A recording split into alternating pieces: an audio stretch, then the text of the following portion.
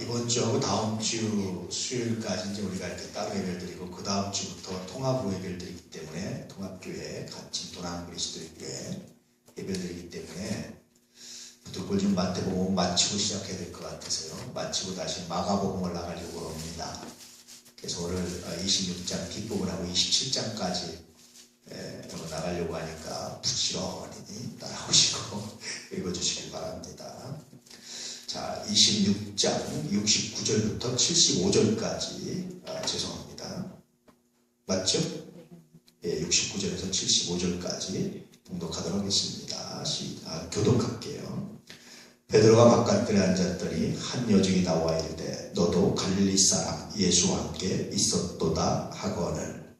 베드로가 모든 사람 앞에서 일어나이르되 나는 내가 무슨 말을 하는지 알지 못하겠노라 하며 앞문까지 나아가니 다른 여종이 그를 보고 거기 있는 사람들에게 말하되 이 사람은 나사렛 예수와 함께 있었도다 하매 베드로가 맹세하고 또 부인하여되 나는 그 사람을 알지 못하노라 하더라. 조금 후에 곁에 섰던 사람들이 나와 베드로에게 이르되 너도 진실로 그 도당이라 내 말소리가 너를 표명한다 하거늘. 그가 저 사람을 맹세하여 이르되 나는 그 사람을 알지 못하노라 하니 곧 닭이 울더라. 이에 베드로가 예수의 말씀에 닭 울기 전에 내가 세 번 나를 부인하리라 하심이 생각나서 밖에 나가서 심히 통곡하니라. 여러분도 말씀드렸죠. 믿음의 능력은 뭐의 능력과 같다고 그랬죠? 회상하는 능력과 같아요. 왜 예수님이 굳이 베드로에게 네가 닭 울기 전에 세 번 나를 부인하리라 왜 말씀하셨을까요? 이걸 회상하게 하시려고. 이렇게 예수님의 말씀이 이루어졌다는 얘기는 베드로에게 어떤 상상이, 어떤 연상이 될까요? 예수님께서 죽으셨다가 부활하신다는 말씀이 연상이 돼야 되잖아요. 그렇죠? 그런데도 베드로는 연상했을까요? 못했을까요? 연상작용을? 못했습니다. 근데 말씀드리지만요. 사람이 필요할 때 필요한 말씀이 생각나는 게 능력이라니까요. 다 지난 다음에는 필요 없어요. 약도요. 건강할 때는 의미가 없는 거예요. 아플 때 필요해야 되는 거죠. 그런데 우리 속담에 그런 말 있죠. 뭐 또 약에 쓰림 없다고요? 그런 것처럼 정말 필요할 때 그 말씀이 생각나지 않으면 정말 필요할 때 그 믿음이 기억되지 않으면 의미가 아무것도 없어요. 나중에 베드로는 인간적으로 이걸 생각해내지 못합니다. 언제 다시 이걸 회상하고 생각해내냐면 하나님 예수의 말씀 언제 생각해내냐면 마가에다 앞에서 성령 받고 난 다음에 비로소 성령의 은혜로 성령의 역사하심으로 예수님의 가르침과 말씀들이 제자들이 생각나기 시작하는 거예요. 적용이 되기 시작하는 거예요. 굉장히 중요하죠. 사실 우리도 마찬가지입니다. 내가 아무리 인간적으로 생각하고 싶고 생각나고 싶어도 안 나는 거예요. 절망에 빠지고 내가 고난에 빠지고 어려움에 빠지고 어떤 위기에 닥쳤을 때 생각나야 되는데 생각이 안 나는 거예요. 왜 그럴까요? 늘 제가 말씀드렸지만 사람은 거리가 중요하다고 했죠. 여기 있는 이 주보에 있는 글씨를 너무 가까이 보면 보이겠어요? 안 보이겠어요? 안 보이죠. 너무 멀어도 안 보입니다. 적당한 거리에서 봐야 자기 눈에 맞춰서 봐야 보이잖아요. 그렇죠? 우리가 어떤 사건에 빠져서 그 사건에 함몰되면 너무 그 사건이 가까워서 그 사건에 대한 것이 안 보여요. 그럴 때 옆에 있는 사람의 역할이 필요합니다. 그럴 때 옆에 있는 사람들이 얘기해 주는 거예요. 믿음으로 더 기도해야 돼. 주께서 이렇게 말씀하셨잖아. 그러면 대부분의 사람들은 어떤 생각을 하냐면 그때 당시 사실 생각을 못하고 넘어갔거든요. 나도 알고 있어. 내가 바보냐? 내가 그거 몰랐냐? 나도 알고 있어. 라면서 화를 내잖아. 이건 미련한 거예요. 사실 그 순간 몰랐던 겁니다. 우리가 이미 알고 있는 것처럼 내가 그럴 줄 알았어. 사후 과잉 확신 편향 제가 한번 글 쓴 적 있잖아요. 주보에. 사실은 몰랐던 거예요. 그 순간 기억이 안 났던 거예요. 안 난 건 몰랐다는 겁니다. 그래서 여러분 늘 말씀드리지만 남들이 여러분에게 아주 뻔하고 당연한 거 충고하고 얘기할 때 나 알고 있었어. 내가 그 정도는 올 줄 알아. 내가 바보인 줄 알아. 그 뻔한 걸 나한테 하지 마. 라고 말씀하시면 미련한 거예요. 그렇지만 아차 내가 잊고 있었구나. 고마워. 라고 말하는 것이 이게 은혜고 이게 감사합니다. 할렐루야. 그래서 늘 말씀드리면 지혜는 듣는 능력에 있는 거예요. 잠언서뿐이 아니라 모든 세상의 지혜가 어디 있느냐? 듣는 능력이 지혜입니다. 나 이미 알고 있어서 나한테 더 이상 말하지 마 라고 말하는 것은 지혜가 아닌 거예요. 지혜는 듣는 능력이 있다. 특히 뭘 듣는 능력이 있느냐? 어려운 거, 내가 몰랐던 거, 그건 듣는 능력은 누구한테나 있어요. 그건 다 사람들의 귀를 쫓고 듣습니다. 이미 내가 알고 있다고 생각하는 거, 이거 듣는 게 능력이에요. 세상은요, 기본만 해도 여러분 잘 삽니다. 기본적인 것만 실수 안 하고 세상은 잘 살아요. 특별히 어려운 거 못해도요, 기본적인 것만 실수하지 않아도 세상은 잘 살게 되어 있다니까. 하나님께서 이렇게 만드셨다니까요. 기본적인 건 뭔지 아세요? 내가 이미 알고 있는 거예요.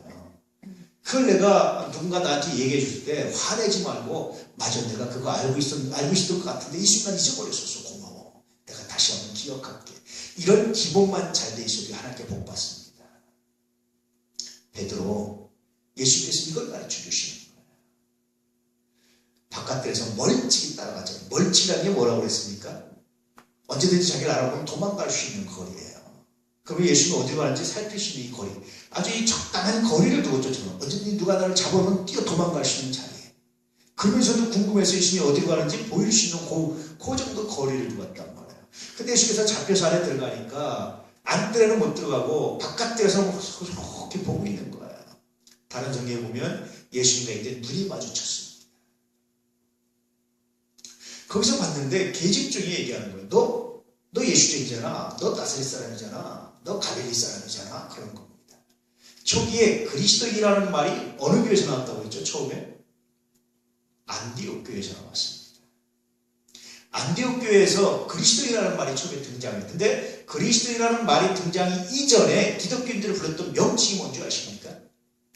갈릴리 사람들이었습니다. 그래서 베드로한테 그 말하는 거야. 너 갈릴리 사람이지. 너 갈릴리 사투리 쓰고 있잖아. 너 갈릴리 사람이지. 내가 보니까 너 그 사람이야. 너 내가 그 사람 옆에 두고 봤어. 근데 베드로 뭐라고 할까? 무슨 소리야? 웃기지 마. 맹세하면서 말하면 나 그거 몰라. 심지어 다른 성경에 보면 저주까지 합니다. 그래서 자기를 빠져나가. 이게 왜 그래요? 멀찍이 선 사람, 바깥들에 서 있는 사람들 그래요. 여러분 신앙의 바깥들에 서 있는 건 불행한 겁니다. 선박이 참 재밌는 구조로 되어 있죠.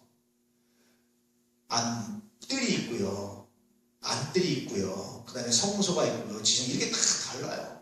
들어올 수 있는 게 달라요. 지성소는 대제사장만, 성소까지 들어가면 뜰까지, 바깥뜰까지 이방인들, 유대인들 이렇게 다 나눠져 있어요. 들어오는 게.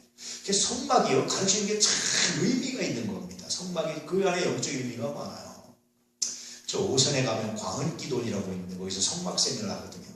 제가 이제 우리가 통합대시 되면 이제 성막 세미나 한번 여러분 시간 되면 이렇게 모시고 가려고 합니다. 아마 한번 참은혜 받을 거예요. 예전에 다 아셨겠지만 다시 한번 보면 베드로가 바깥들에 있었어요. 바깥들은 뭡니까? 주인도 아니고 동참도 아니고 아닌 것도 아니고 멀찍입니다. 교회도 마찬가지예요. 교회도 바깥에 있고 늘 마당만 밟고 적당한 거리에 두는 사람들이 있습니다. 이런 사람들 어떻게 합니까? 교회 조금만 어려우면 금방 나가려고 준비하는 사람들이에요.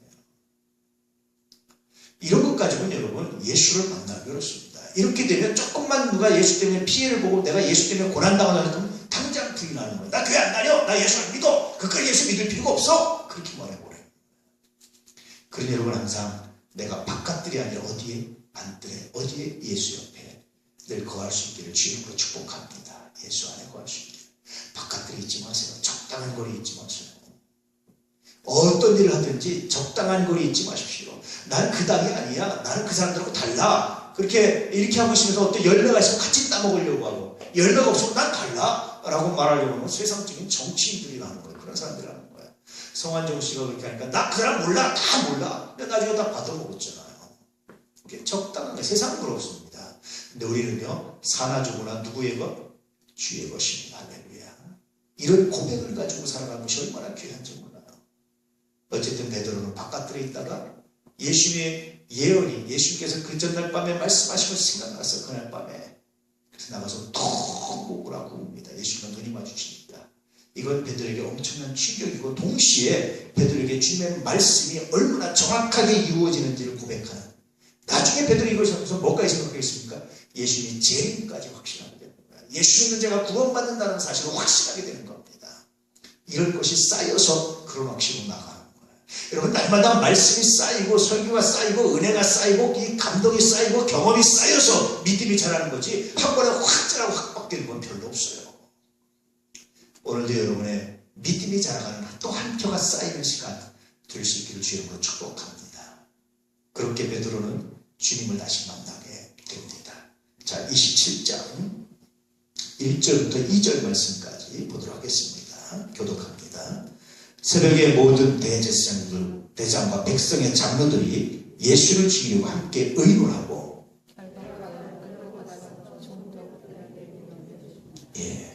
새벽녘이 되어서 이제 그 밤에 죽이려고 새벽에 꼭두새벽부터 끌고 가는 거예요. 결박해서 밤에 묶어놨다가.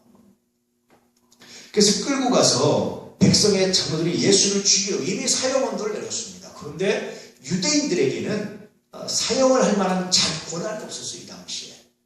헤롯 왕이 있었고 자치권 어느 정도 종교적인 자치권을 부여받고 있었지만 그러나 형사, 원의 치안 이런 데 대한 자치권은 없었단 말이죠. 그래서 사형언도는 누구만 할 수 있냐면 빌라도 총독만이 할 수 있었던 거예요. 그래서 자기들은 사형언도를 내렸어요. 그래서 누구한테 들어가는 겁니까? 빌라도한테 데려가는 거예요. 왜냐하면 빌라도가 사형언도를 내려야 비로소 사형이 가능하기 때문에 총독 빌라도에게 넘겨줍니다. 이럴 때 여러분이 만약에 총독 빌라도라고 어떻게 하시겠어요? 여러분이 그걸 결정할 수 있는 권한이 있다면 어떻게 하겠습니까? 여러분 어떤 것을 결정할 때 남의 아픔을 쉽게 생각하지 않기를 주님으로 축복합니다. 제가 여러 번 이렇게 보면 남들은 대부분 남의 아픔, 남의 고통을 쉽게 생각하고 쉽게 판단하고 그냥 이렇게 그렇게 할 때가 얼마나 많은지 몰라요. 그런데 누군가 쉽게 판단하는 것인가 그가 당하는 고통, 아픔은 여러분 어떻게 할 수가 없습니다. 정말 아픈 거죠. 빌라도 쉽게 판단하는 거예요. 쉽게 판단하다 보니까 정확한 판결하지 않고 법대로 판결하지 않는 그런 실수를 빌라도가 범하게 됩니다. 그래서 사도신경에 본디오 빌라도에게 고난을 받아서 이건 영원히 가는 거예요. 빌라도의 이 직무유기는 영원히 기록돼서 본디오 빌라도에게 고난받아서 전 세계에 있는 그리스도인들마다 신앙 고백을 할 때마다 본디오 빌라도가 나오는 거예요. 이 얼마나 슬픕니까 이게. 그렇잖아요. 얼마나 슬픈 일입니까. 그래서 여러분 내게 주어진 직무, 내게 주어진 직분, 내게 주어진 것을 정말 성실하게 감당하고 제대로 감당해내지 않으면 본디오 빌라도와 다를 바가 없다라는 거예요. 제대로 해야지 대충 하면 안 됩니다. 특히 남의 사정을 대충 바라보면 안 되는 거예요. 우리가 그런 자리에 있으면 정확하게 최선을 다해서, 그러니까 100%는 모르지만 최선을 다해서 그에 대한 진실을 밝혀내고 노력해야지 대충 넣고 대충 이렇게 얼버무리려고 하면 문제가 심각해지. 교단 정치라든지 한국 정치라든지 재판 다 마찬가지입니다. 그래서 현대판 빌라도들이 참 많다 하는 생각들을 하게 됐죠. 자, 3절부터 이제 10절까지는 유다에 관한 이야기들이 나옵니다. 유다가 갑자기 돌이켜서 이렇게 잘못을 뉘우친 그런 장면들이 나옵니다. 한 절씩 교독합니다.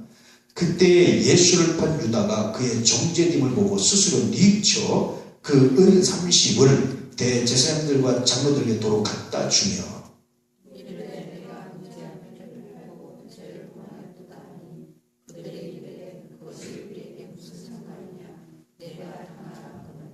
유다가 은을 성소에 던져놓고 물러가서 스스로 목매어 죽은지라.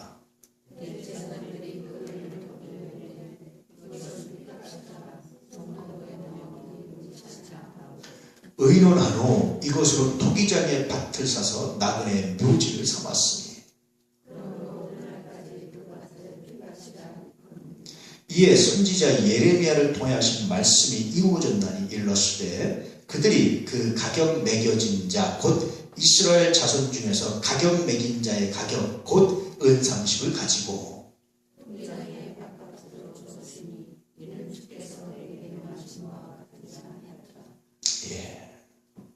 갑자기 가룟 유다가 후회를 하기 시작합니다. 이 장면이요 굉장히 재밌는 장면인데 가룟 유다가 무슨 마음으로 예수님을 팔았을까?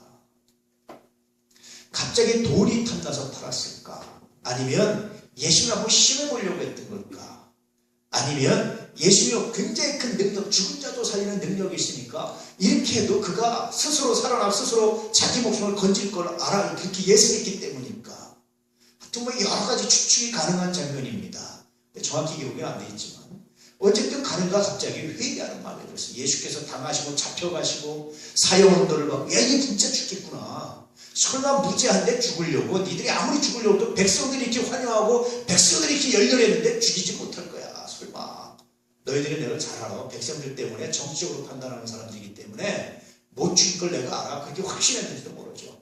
그래서 꼭 먹고 알 먹고 은사부심 받고 예수님 백성들이 무서워서 풀어주고 뭐 나중에 예수 선생님 죄송합니다 한마디 하고 내가 다시 하면 되고 뭐 그렇게 가볍게 생각할 수 있죠. 근데 보니까 그렇게 안 하는 거예요. 백성들도 그렇게 안 하는 거예요. 유다가 안참 싶은 거죠. 그래서 유다가 다시 스스로 뉘우치고 대제사장과 장로들에게 판가 은 30을 갖다 줍니다. 내가 무고죄를 저질렀습니다. 이렇게 되는 거예요. 자, 여러분 법적으로 고소를 한 사람이 내가 이 사람을 무고하게 했습니다. 내가 소를 취해야 합니다. 어떻게 하면 어떻게 되는 겁니까? 소가 취해야 되는 거예요. 그게 법적인 겁니다. 그래서 자기가 소를 취해야 하면 아마 이 사람들이 받아주겠지. 왜냐면 무고한 자니까 라는 겁니다. 그런데 이들은 이미 받았습니까? 안 받았습니까? 안 받았죠. 그래서 이 당시 대제사장이나 장로들이 얼마나 악랄하게 얼마나 모든 걸 무시하고 죽이기에 혈안되어 있었는 줄 알잖아요. 사람이 여러분 한꺼번에 이렇게 죄를 짓는 건 아닙니다. 조금씩 발을 담으면서 이렇게까지 악랄해져. 어쨌든 고소한 사람이 소를 취했는데도 불구하고 거절합니다. 그러면서 그게 우리에게 무슨 상관이냐? 네가 소를 취소하고 말고 우리가 무슨 상관이야? 이미 우리가 죽이기로 결정했다. 너 상관없다. 너는 우리가 단지 죽이기로 결정해서 이용한 것뿐이지 너의 말을 우리가 신뢰하는 게 아니었다. 네가 하든지 말든지 너 상관없다. 그렇게 말하면서 뭐라고 하냐면 그 책임은 네가 당해. 네가 져야 돼. 이렇게 말합니다. 우리는 그 책임 안 질 거야. 여러분 안 진다고 해서 안 져집니까? 그렇진 않죠. 말한다고 해서. 가는 자들 다 뒤집어 씌운다고 뒤집어 씌울 수 있는 게 아니잖아요. 그렇죠? 근데 어쨌든 가는 자들 다 뒤집어 씌우려고 합니다. 그런데 유다가 은을 성소에 던져넣었다는 얘기는 뭐냐면 유다가 실수를 했는지 어떻게 했는지 그 돈을 지성소까지 들어서 지성소에 던져놓고 나와버리는 거예요. 굉장한 실수죠. 사실은 실수인데 하여튼 정신이 없었던 것 같아요. 그만큼. 어떤 또 다른 의미가 있겠지만 어쨌든 겉으로 드러나는 건 그렇습니다. 그리고 스스로 물러가서 어떻게 합니까? 목매어서 자살을 합니다. 이게 굉장히 슬픈 겁니다. 여러분. 요즘도 사람들이 자살을 많이 하는데 자살은 언제 하는 겁니까? 사실 이 당시 로마라든지 또 우리나라의 일본도 활복 자살하죠. 사무라이들이 명예를 지키기 위해서. 굉장히 자살한 게 명예로운 일이었어요. 자기 명예로서 죽는 거는 그 당시 세계관으로서 굉장히 명예로운 일이었습니다. 우리나라도 그런 거 있습니다. 그래서 여러분 일제시대에 일제 강제 합병이 병합이 되려고 하니까 거기에 스스로 자결한 사람이 누굽니까? 생각 안 납니까? 민영이지 아닙니까? 민영이 스스로 자결을 하잖아요. 누구죠? 민영이가 아닌가요? 스스로 자결을 하잖아요. 그러니까 사람들이 막 칭송하니 와 대단하다고 그러잖아요. 의기를 보였다 뭐 이러잖아요. 그랬단 말이에요. 그러니 유다는 스스로 자살을 했다는 것은 철저히 그가 말씀이 아니라 신앙이 아니라 어떤 관점으로 한 겁니까? 세상적인 관점으로 바라보고 살았던 예수를 만났으면서도. 그러니 팔 수 있었던 거예요. 세상적인 계산을 하니까. 근데 이 당시 성경, 유대인들이라든지 히브리 정신은 뭐냐면 자살은 죄라는 거예요. 나의 생명을 죽이든지 다른 사람의 생명을 죽이든지 똑같은 살인이라는 거예요. 살인죄에 해당하는 죄입니다. 물론 성경에 자살하면 지옥 간다 이 말은 없어요. 나중에 이제 중세의 카톨릭의 가르침이었습니다. 그 성경에 그런 말은 없습니다. 그런데 어쨌든 성경에 그것은 살인죄에 해당한다고 말하고 있어요. 그래서 유다는요, 세상적인 방법을 따르고 세상적인 그런 가치관을 따르는 것이 철저하게 말씀과는 무관한 행동을 계속해서 하고 있는 거예요. 자기가 명예가 들어지고 자기가 잘못했으니까 내가 죽음으로 해서 내 목숨을 내놓음으로 해서 내가 해결한다, 내가 보상한다, 내가 책임진다 이런 마음을 가졌는데 책임이 져졌습니까? 안 져집니다. 만약에 유다가 자기에서 책임져주면 예수가 무죄로 풀려나야 되는 겁니다. 안 되잖아요. 여러분 죽는다고 해결되는 게 없어요. 세상에. 성환용 씨가 죽는다고 해결됐습니까? 정몽원 씨가 죽는다고 해결됐습니까? 해결된 거 아무도 없어요. 그 짐을 누군가 뒷사람이 떠맡아서 해야 되는 거예요. 경남기업적으로 누군가 떠맡아서 또 해야 되는 거예요. 또 그 짐을 져야 되는 거예요. 이건 정말 슬픈 겁니다. 그래서 요즘 대한민국의 자살이 많아요. 대통령부터 시작해서 사회 지도층들이 막 좀 억울하면 무조건 자살해라. 막 그게 명예라고 생각하는 것 같습니다. 또 그런 사람 막 추앙하고 이게 세상적 정신이다. 그런데 자살은 분명히 죄입니다. 그건 살인죄에 해당하는 겁니다. 어떤 경우에도 여러분 그런 불행한 선택이나 극단적 선택은 정말 하지 말아야 됩니다. 왜냐하면 내 삶을 책임지시는 분 누굽니까? 하나님이십니다. 생각이 들 수 있죠. 그렇지만 그건 사단이 주는 생각이에요. 이 일의 책임자는 하나님이시고 이 일을 해결하시는 분 하나님이시고 만약에 가른다고 때 자살이 아니라 하나님께서 무릎 꿇었다면 어떻게 됐을까요? 아마 달라졌을 거예요. 용서받았을 겁니다. 자기를 십자가에 못 박는 자들도 용서하는데 하물며 예수님 그거 용서 안 하셨겠습니까? 삶이 달라졌을 거예요. 아마 그런 구원받았을 겁니다. 근데 이렇게 세상적인 가치관, 오늘날 우리가 예수 믿으면서도 신앙의 가치관과 말씀의 가치가 아니라 세상적인 가치관으로 교회를 바라보면 심각한 문제가 생겨요. 말씀의 가치관으로 바라볼 수 있기를 축복합니다. 할렐루야. 결국 유다의 실패는 어디 있느냐? 신앙이 아니라 세상적인 가치관, 세상적인 판단으로 교회를 바라보고 신앙을 바라봤기 때문에 비로소 그가 실패했더라. 그래서 이제 그가 이렇게 던지고 간 돈 가지고 성전구에 넣어줄 수 없다. 이거는 율법이거든요. 그러니까 대제사장들이 참 재밌는 게 이게 죄인데요. 자기들이 법을 필요할 때만 지키는 거예요. 그리고 나머지 때는 안 지키는 거예요. 이게 여러분 가장 큰 죄입니다. 오늘날 우리 기독교들도 마찬가지예요. 내가 생각하고 내가 원할 때만 법을 지키는 거예요. 말씀의 법을, 신앙의 법을. 그러지 않을 때는 과감히 버려버리는 겁니다. 좀 손해볼 때 거짓말 과감하게 해버립니다. 그거 안 지키는 거예요.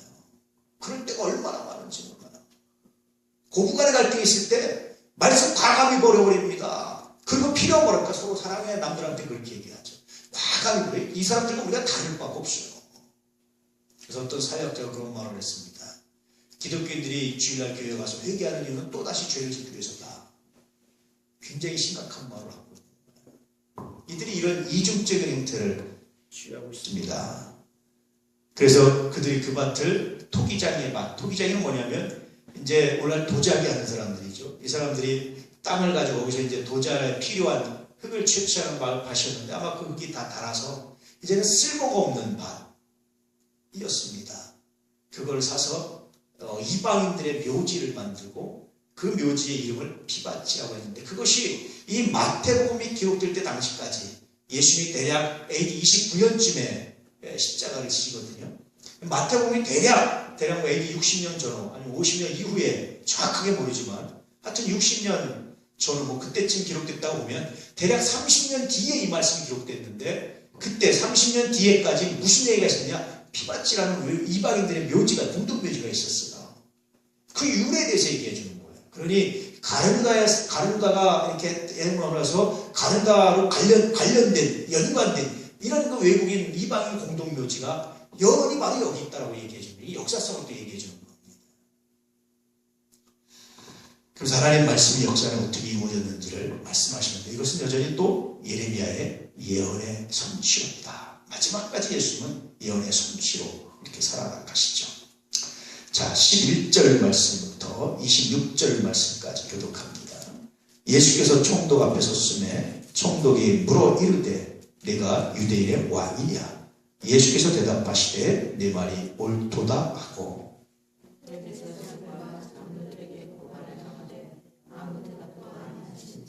이에 빌라도가 이르되 그들이 너를 쳐서 얼마나 많은 것을 증언하는지 듣지 못하느냐 하되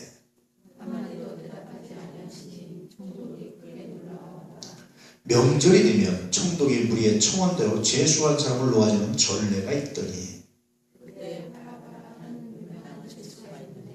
그들이 모였을 때에 빌라도가 물어 이르되 너희는 내가 누구를 너희에게 놓아주기를 원하느냐? 바라바냐? 그리스도라는 예수냐 하니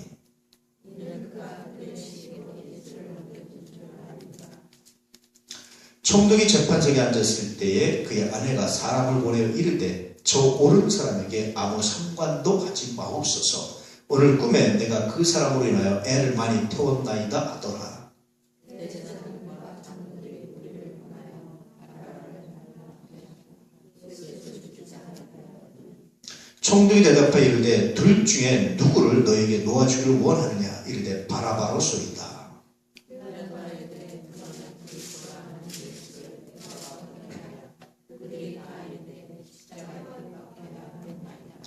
빌라도가 이르되 어찌 그냐? 무슨 악한 일을 하였느냐? 그들이 더욱 소리질러 이르되 십자가에 못 박혀야 하겠나이다 하는지라.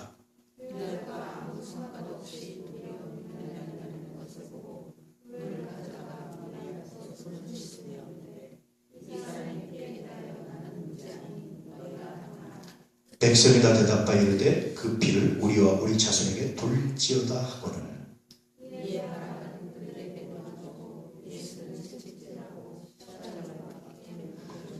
빌라도가 억울하다고 말할 거예요? 아닐까요? 나는 최선을 다했습니다. 나는 안 그러려고 그랬습니다. 내가 그러려고 이 흉악본, 이 이름이 예수입니다. 바라바라고 하는 예수와 그리스도라고 하는 예수인데요. 똑같은 이름이 예수인데, 예수라는 이름이 그 당시에 굉장히 흔한 이름이에요. 우리나라 옛날에 철수, 요즘엔 제일 흔한 이름이 서윤이라고 들어요. 여자 이름은. 또 이렇게 이름이 아주 흔한 이름들이에요. 굉장히 흔한 이름입니다. 예수라는 이름. 그래서 바라바 예수입니다. 그리스도라는 예수, 바라바 예수, 똑같은 예수인데 똑같은 예수를 놓고 난 내가 누굴 놓아줄까? 이 흉악범, 아주 이스라엘사에서 아주 굉장히 흉악범, 오늘날로 치면 이렇게 양심에 화인 맞은 사람, 이렇게 정신이 문제가 있는 사람, 뭐 이런 사람, 이런 거예요. 아주 흉악범이라고 말해요. 그래서 빌라도로서는 최선을 다하고 이 흉악범과 예수를 놓고 비교할 수 없는 존재거든요. 야, 내가 누굴 놓아줄까? 흉악범이다 싶으면 어떻게 사회가 흉흉해진단 말이에요. 밤거리를 마음대로 못 다니는 거예요. 그러니 당연히 예수를 놓아주고 바라바를 죽이라고 말을 해야 당연하니까 빌라도로서는 최선을 다한 거예요, 나름대로. 근데 사람들의 판단은 어디 있었습니까? 바라바를 놔주고 바라바 예수를 놔주고 그리스도라는 예수를 죽이라는 거였어요. 빌라도가 충격을 받았잖아요. 무슨 일이냐? 이 사람들 도대체 무슨 죄를 졌느냐? 라고 말하는 사람들이 죄를 얘기하는 게 아니라 또 뭘 얘기합니까? 무조건 죽이십시오 하고 밀란이 날 정도로 막 사람들이 들고 일어날 정도로 합니다. 왜 빌라도가 이렇게 밀란을 두려워했냐면 이 당시에 이 로마에 통치하는 그런 지역 중에 잘 골치 아픈 지역이 유대인 지역이었어요. 밀란도 반란도 자주 일어나고 이것도 자주 일어나갔던 제일 골치 아픈 지역이 유대인 지역이었어요. 그래서 오죽하면 로마가 그 땅을 점령한 다음에 이 땅은 유대인들의 땅이 아니라 블레셋 사람들의 땅이다. 그래서 팔레스타인 이런 걸 정했어요. 서로도 팔레스틴이라고 이름을 부르잖아요. 그 지역이. 그게 로마에서 만든 거예요. 하도 유대인들이 골치 아프니까 너희들 이 땅에 소유권이 없어. 이 땅은 팔레스타인 사람들의 땅이야. 그래서 지금도 분쟁하고 있는 거예요. 얼마나 골치 아픈지. 그래서 로마에서 잘 골치 아픈 지역이 어디냐면 유대인들 구역. 그쪽 땅이었단 말이에요. 이 유대인들이 야, 내가 누굴 놓아줄까? 그런데 예수 십자가 못 박아 그런데 밀란이 일어날 것처럼 되는 거예요. 유대인들은 자존심이 굉장히 강해가지고요. 한다고 합니다. 밀란이 일으킨다면. 그래서 빌라도가 할 수 없이 예수를 넘겨줘. 이런 빌라도가 뭐라고 말하겠습니까? 난 최선을 다했어요 라고 말할 수 있잖아요.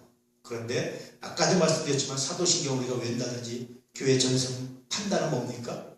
그래도 빌라도 네가 백성들이 그랬습니다. 유대인들이 그랬습니다. 저 사람들이 그랬습니다. 나 아닙니다. 라고 말하는데 그래도 판단은 누가? 빌라도 네가 그렇게 말해요. 여러분 최선을 다하면 다 한 게 아니에요. 빌라도는 물론 최선을 다하지도 않았습니다. 그럼에도 불구하고 자기의 권리, 자기의 권한으로 안 돼! 너! 예수는 무죄! 선언할 수 있었단 말이에요. 만약에 사람들에게 얘기하면 뭡니까? 그러면 증거를 갖고 와! 이렇게 얘기할 수 있었단 말이죠. 그리고 물론 밀란이라는 빌라도가 어느 정도 정신 타격은 받겠지만 충분히 밀란을 진압할 수 있는 군사력이 로마에 있었단 말이에요. 노할 수 있었잖아요. 근데 빌라도는 노할 수 있는 권한을 노하지 않는다. 그러니까 빌라도는 최선을 다한 겁니까? 안 합니까? 안 한 거예요. 우리는요. 종종 살면서 빌라도 같은 핑계를 댈 때가 많아요. 난 최선을 다했습니다. 따져보십시오. 진짜 최선을 다했는지. 나는 할 만큼 했습니다. 따져보면 진짜 할 만큼 했는지. 돌아볼 때가 굉장히 많죠.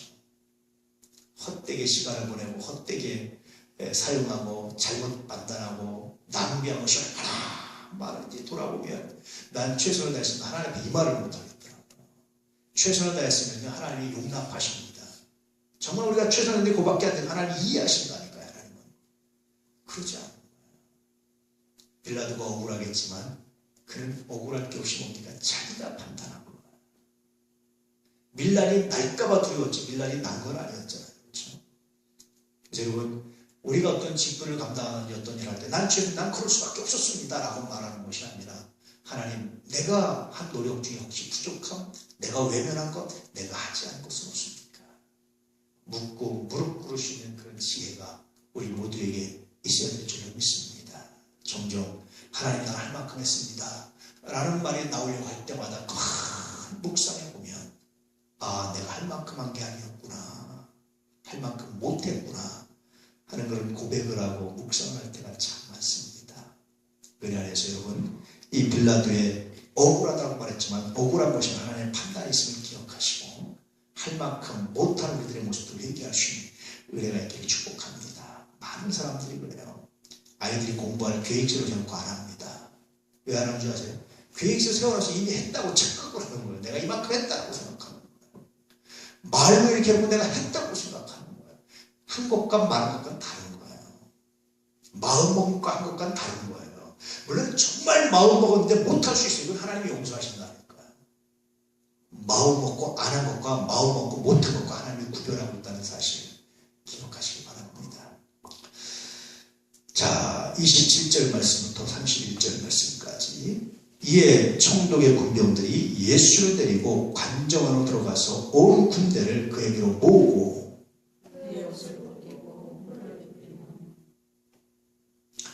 가시관을 엮어 그 머리에 씌우고 갈대를 그 오른손에 들리고 그 앞에서 무릎을 꿇고 희롱하여 이르되 유대인의 왕이여 평안할지어다 하며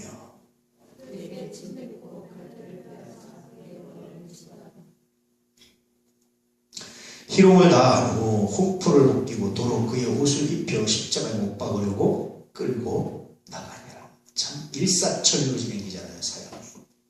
그래서 사역이 딱 결정되니까 그 다음부터 군병들이 이제 희롱을 하는 거예요.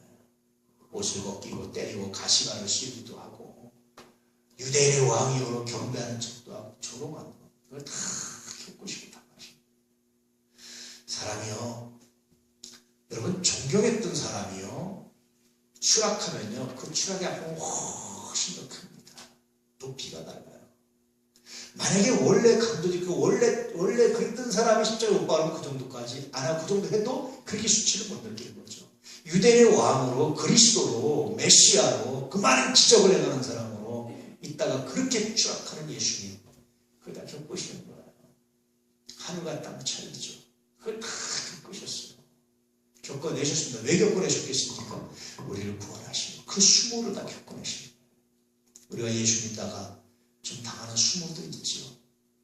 예수 이런 거 생각하면 못 겪을 게 없습니다. 참 그래요. 자 32절 말씀부터 44절 말씀까지 나가다가 시몬이라는 구레네 사람을 만나며 그에게 예수의 십자가를 억지로 지워 가게 하였더라. 슬개탄 포도주를 예수께 주어 마시게 하려 하였더니 예수께서 맛보시고 마시고자 하니 아니하시더라.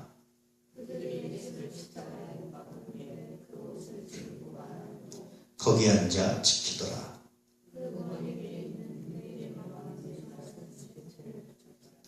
이때 예수와 함께 강도 둘이 십자가에 못 박히니 하나는 우편에 하나는 좌편에 있더라. 이르되 성전을 헐고 사울에 짓는 자여 내가 만일 하나님의 아들이었든 자기를 구원하고 십자가에서 내려오라 하며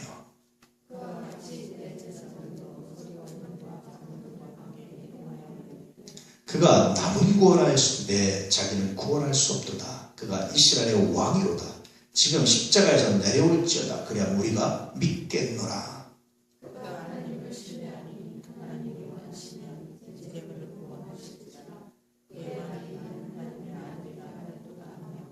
함께 십자가에 못 박힌 강도들도 이와 같이 욕하더라.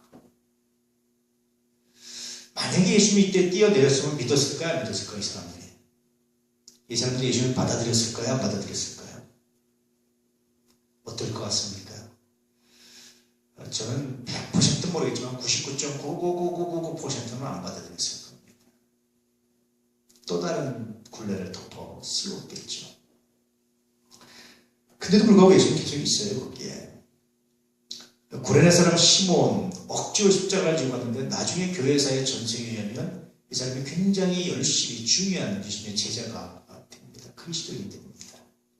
억지로 참여했는데도요, 굉장히 놀라운, 그 감동이 놀라웠던 거죠. 그래서 나중에 훌륭한 하나님의 사람이 되죠. 이렇게 보면.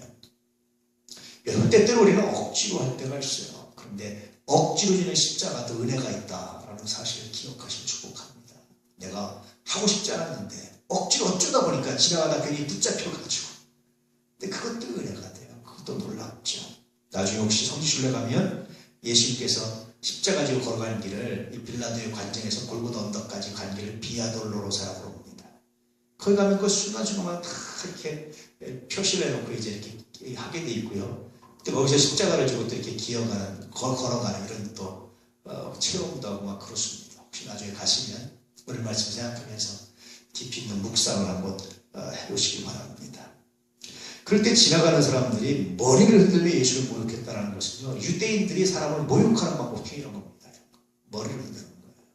저건 틀렸어, 걸렸어, 안 돼. 저건 인간이 아니야. 뭐 그런 뜻인데요. 그렇게 이제 모욕을 하고 사람들이 이렇게 그렇게 하죠. 그러면서 남은 구원했을 때 저는 구원받지 못한다. 점쟁이가 자기 죽을 때를 모른다. 이런 말처럼 이제 이렇게 조롱하고 예수 이전에 했던 사역까지도 평가해서 조롱하는. 무너지는 거죠, 사실은. 모든 게 다 무너지는 거잖아요. 3년 동안 공생의 모든 것이 다 무너지는 순간 아닙니까?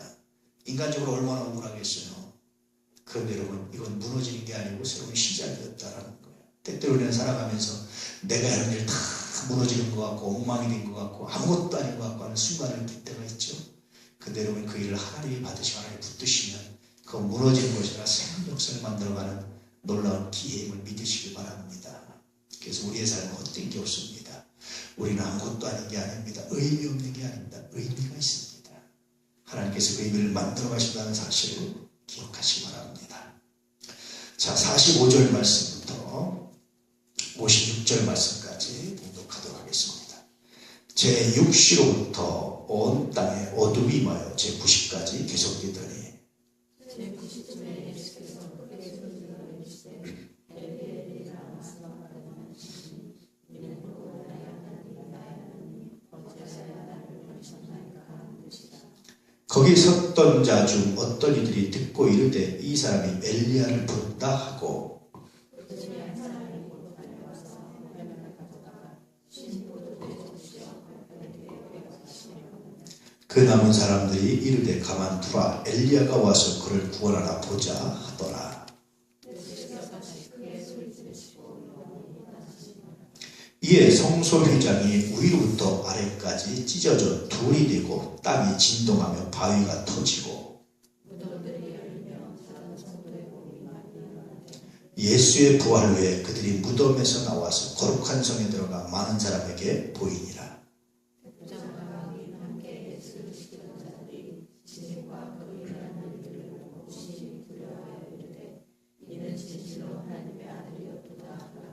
예수를 섬기며 갈릴리에서부터 따라온 많은 여자가 거기 있어 멀리서 바라보고 있으니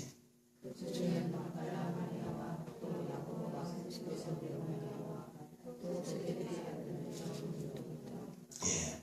만약에 이 장면이 영화나 드라마로 잡히면 어떻게 될까요? 그리스도의 순환 보셨죠? 어떻게 됩니까, 여러분? 십자가에 못 박히는 장면 얼마나 드라마틱합니까? 그렇죠? 클로즈에서 촬영도 그러잖아요. 그런데 우리가 앞에 부분 십자가 못 박히고 그냥 못 가겠다 간단히 쓰잖아요. 그렇죠? 또 예수님께서 죽는 장면도 여러분 만약에 드라마나 영화를 보면 얼마나 아주 적나라하게 아마 드라마를 만들면 이거 가지고 3, 4회를 끌 거예요. 아마 최소한. 그렇죠? 그래서 그냥 간단하게 기록하잖아요. 왜 그렇습니까, 여러분? 감성적 호소가 아니라 사실을 기록하려고 하는 거예요. 그리고 예수님께서 말씀하시고 예언하신 거기 때문에 그건 더 이상 이상한 게 아닙니다. 새롭게 말하기는 단순하게 아주 기록하는 거예요. 너무나 쉽게. 아마 그 이면에 또 그런 것도 있을 겁니다. 마태가 이 장면을 봤을까요? 못 봤을까요? 그런 것도 있을 겁니다. 또 하나는 그 처참한 장면을 자기 선생님이 십자가 보면서 고통당하는 처참함을 어떻게 상세히가 기술을 하겠어요? 그런 여러 가지 모습들이 있을 거예요. 어쨌든 예수님께서 이제 마지막에 운명을 다하시는 그런 이제 장면이 기록되어 있습니다. 그럴 때 참 재밌는 게요. 백부장들이 나와요. 성경에 보면. 이 백부장도 뭡니까? 이것을 보고 그는 실로 하나님의 아들이었도다 고백해요. 왜 이렇게 백부장들이 이런 고백들을 잘하죠? 천부장이나 이런 사람들 500부장이 고백했다는 얘기는 별로 없어요. 왜 이렇게 백부장들이 많이 했다고 그랬죠? 여러분, 이 당시 백부장은요, 로마 군대에 있어서 가장 중요한 사람입니다. 지금 중대장쯤 되는 사람인데, 우리나라 군대로 치면. 백부장은 직선제였어요. 자기네 백인으로 이루어진 군대, 백인대거든요. 이 백인대에서 사람들이 지도자를 뽑아요. 백부장을 선출해서. 그러니 백부장들은 덕망과 재능과 지식과 용맹과 모든 것을 갖춰서 아래로부터 뽑힌 거예요. 직선제로. 로마 군대가 강력한 군대였던 게 뭐냐면 그런 겁니다. 그리고 그 다음부터는 이제 이렇게 위에서 이렇게 임명해서 올라가는데, 어쨌든 가장 밑바닥에 뭐가 있습니까? 민주주의가 있는데 그 구성원 전체가 존경하는 사람을 뽑는 거예요. 나중에 좀 변질되기도 하고 바뀌기도 하지만, 그러려는 백부장은 얼마나 능력 있고 자기 부하들을 아끼고, 그래서 백부장이 나도 가라고 가고 오라고 옵니다. 내 하이놓고 내 밑에 사람을 고쳐주기라고 말하는 게 뭡니까? 그게요. 자기가 그 자기 백인데 그 사람들을 그렇게 사랑하고 하지 않으면 뽑힐 수가 없는 거예요. 존경받을 수가 없는 거예요. 자기 생명처럼 사랑하는 거예요. 이런 백부장들이었기 때문에 모든 사건을 보니까 예민하게 관찰할 수 있었어요. 만약에 그렇지 않으면 예민하게 관찰 안 하죠. 하나 죽으라고 그래. 그럼 니네끼리 처리하고 와 이러죠. 근데 백부장들은 항상 현장에서 동행하고 함께하고 맨 앞장서고 예민하게 관찰하는 자기 부하들의 변화를, 주변 상황들을 아주 예민하게 관찰하는, 이게 습관입니다. 이건 뭘 얘기하냐면, 누구든지 예수에 대해서 예민하게 제대로 관찰하면 뭐합니까? 고백할 수밖에 없었다는 거예요. 이방인도 고백하는데 이 고백을 진짜 누가 해야 됩니까? 대제사장, 장로들, 서기관들, 이런 사람들이 해야 된단 말이에요. 바리새인들이. 근데 이들은 안 했어요.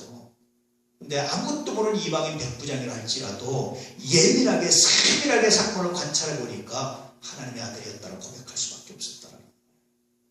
물론 우리도 마찬가지입니다. 지금 메르스라는 유행병의 독감이 퍼지고 있죠.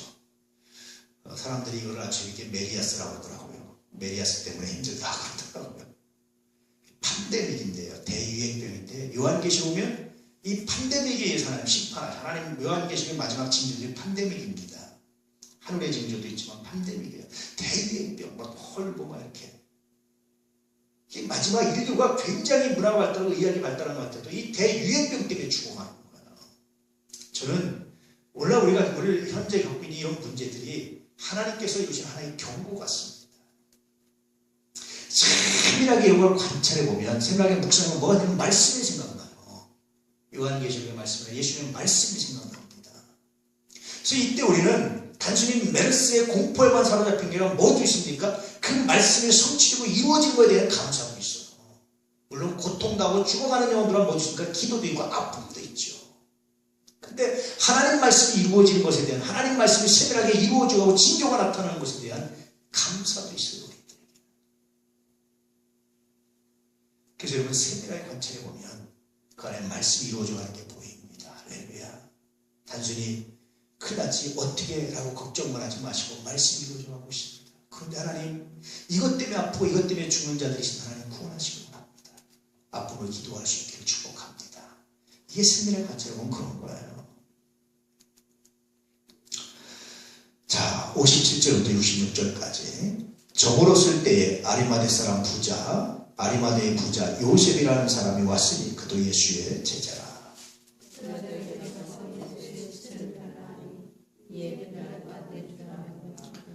요셉이 시체를 가져다가 깨끗한 세마포로 싸서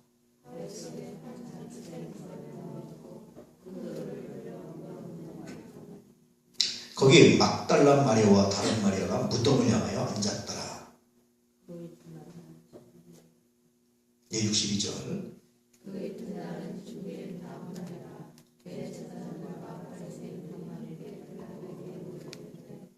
주여, 저 속이던 자가 살아있을 때에 말하되 내가 사흘 후에 다시 살아나리라 하는 것을 우리가 기억하노니.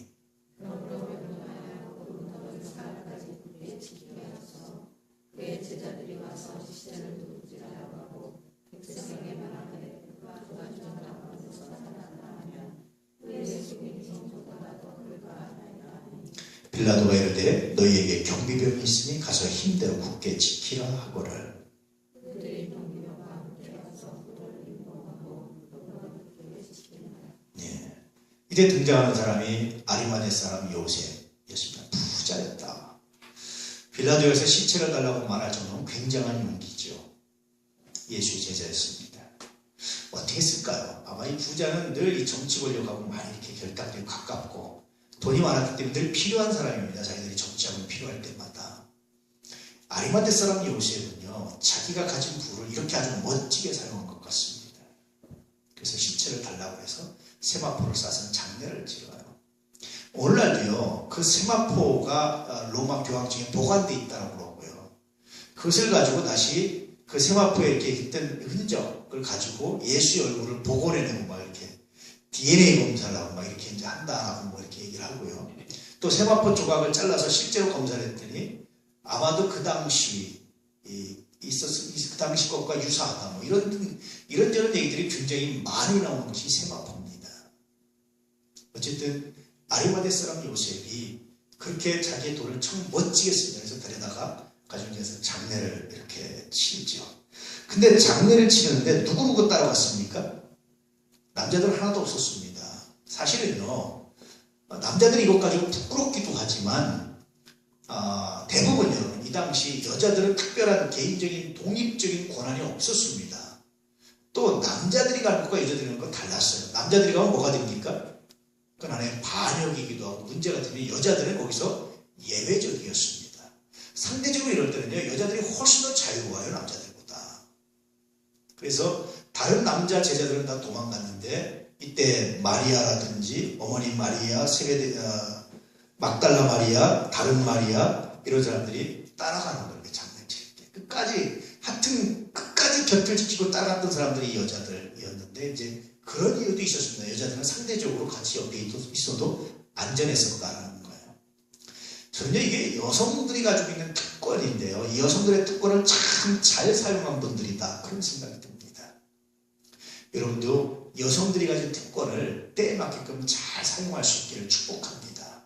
남녀 평등이야, 이것도 남자들 해! 이런 것도 좋지만 이건 하나님 우리 여성들에게 주신 특권이야. 나가 할 수 있어라고 해서 그 특권을 지키는 것도 굉장히 놀라운 겁니다. 만약에 이때 마리아라는 이런 사람들이 남자들 뭐하고 사도들 뭐하고 베드로 뭐해? 니들이 안 해? 그 만약에 말했다면 어떻게 되겠어요? 문제가 되잖아요. 남자들이 또 할 수 있는 것들이 있어요. 그건 남성들의 특권입니다. 여성들이 할 수 있는 게 여성들의 특권입니다. 하나님 이건 우리에게 주신 특권입니다. 우리가 감당하기 원합니다. 이런 정신도 아마 굉장히 아름답지 않을까. 그때 마리아들은 이런 정신 가지고 사명을 감당하지 않았을까 생각들이 들죠. 그리고 나서 이들은 생각했습니다. 예수님 말씀을 기억했어요. 사흘 만에 살아날 것이다라는 말씀을 다 기억했습니다. 바울이요, 자기가 사도라고 말했던 게 이렇게 정확하게 예수님의 가르침을 다 알고 있었기 때문에 그런 거예요. 정보원들을 통해서 다 알고 있었기 때문에. 그래서 예수님이 이렇게 말했으니까, 그가 그렇게 말했으니까 사흘 후에 만약에 시체가 없어지면 큰일 납니다. 지키게 주십시오라고 말하는 것은 뭐로 얘기합니까? 이들이 이렇게 지켰지만 이걸 통해서 뭐가 일어나는 거죠? 예수의 부활을 다시 확증시켜주는 거예요. 인간적인 꾀를 가지고 예수를 방해하고 인간적인 꾀를 가지고 예수를 대적하고 인간적인 꾀를 가지고 예수를 반대했지만 그러나 하나님은 그 꾀조차 하나님 선용해서 뭐합니까? 예수가 그리스도고 예수가 부활했다는 사실을 증명하고 있었다는 거예요. 하나님의 계획을 인간이 막지 못합니다. 하나님의 계획을 인간이 꺾을 수도 없습니다. 그래서 지혜로운 사람은 순종의 가치를 알아요. 순종만큼 능력이 있는 게 없어요. 오죽하면 하나님이 뭐보다 순종이 낫다? 뭐보다 낫다? 수양의 기름보다, 모든 수수보다, 모든 재물보다 뭐가 낫습니까? 순종이 낫다. 순종은 정말 놀라운 겁니다. 할렐루야. 이들이 이렇게 방해했지만 그러나 하나님의 계획이 오히려도 확고해지듯이 만약 이들이 하나님의 능력을 알았더라면 그건 하나님께서 하실 일입니다. 순종하고 자세히 관찰했다면 이들 중에 회개하고 돌아오는 무리가 많지 않았을까. 나중에 마가다락본 이후에 예루살렘 교회가 막 퍼져나갈 때 허다한 제사장의 무리도 돌아온다 라고 기록하고 있어요. 뒤늦게 그들이 깨닫고 돌아왔던 것도 굉장히 은혜였죠. 여러분 27장을 통해서 예수님은 마지막까지 예언을 성취하시고 인간들이 사단이 아무리 방해한다 할지라도 그 방해한 것조차도 나중에 하나님의 살아계심의 역사의 증거가 되고 있다는 사실을 기억하십시오. 하나님의 어떤 것에서도 하나님께서 전능하신 하나님께서 당신의 계획과 당신의 뜻을 이루어가고 성취하고 계시다는 거예요. 그 하나님 우리 아버지고 그 하나님 우리 하나님이시고 그 하나님 우리 왕이시고 그 하나님 우리 편이시다. 이제 이 하나님과 동행하시고 이 하나님께 순종하기를 가장 크게 즐겨할 수 있는 우리들이 될 수 있기를 주님으로 축복합니다. 여러분 때와 기한은 하나님께 있습니다. 우리가 계획하는 것, 기도하는 것 모두가 하나님께서 단지 하나님께서 하나님의 뜻을 이루어 가시도록 우리가 기도할 뿐이지 그 때와 기한은 철저히 하나님께 있습니다. 기도하되 때를 하나님께 맡기고 열심히 기도하되 그 때와 기한을 이루어 가신 하나님께 맡기고 순종할 수 있는 믿음의 역사가 있기를 주님으로 축복합니다.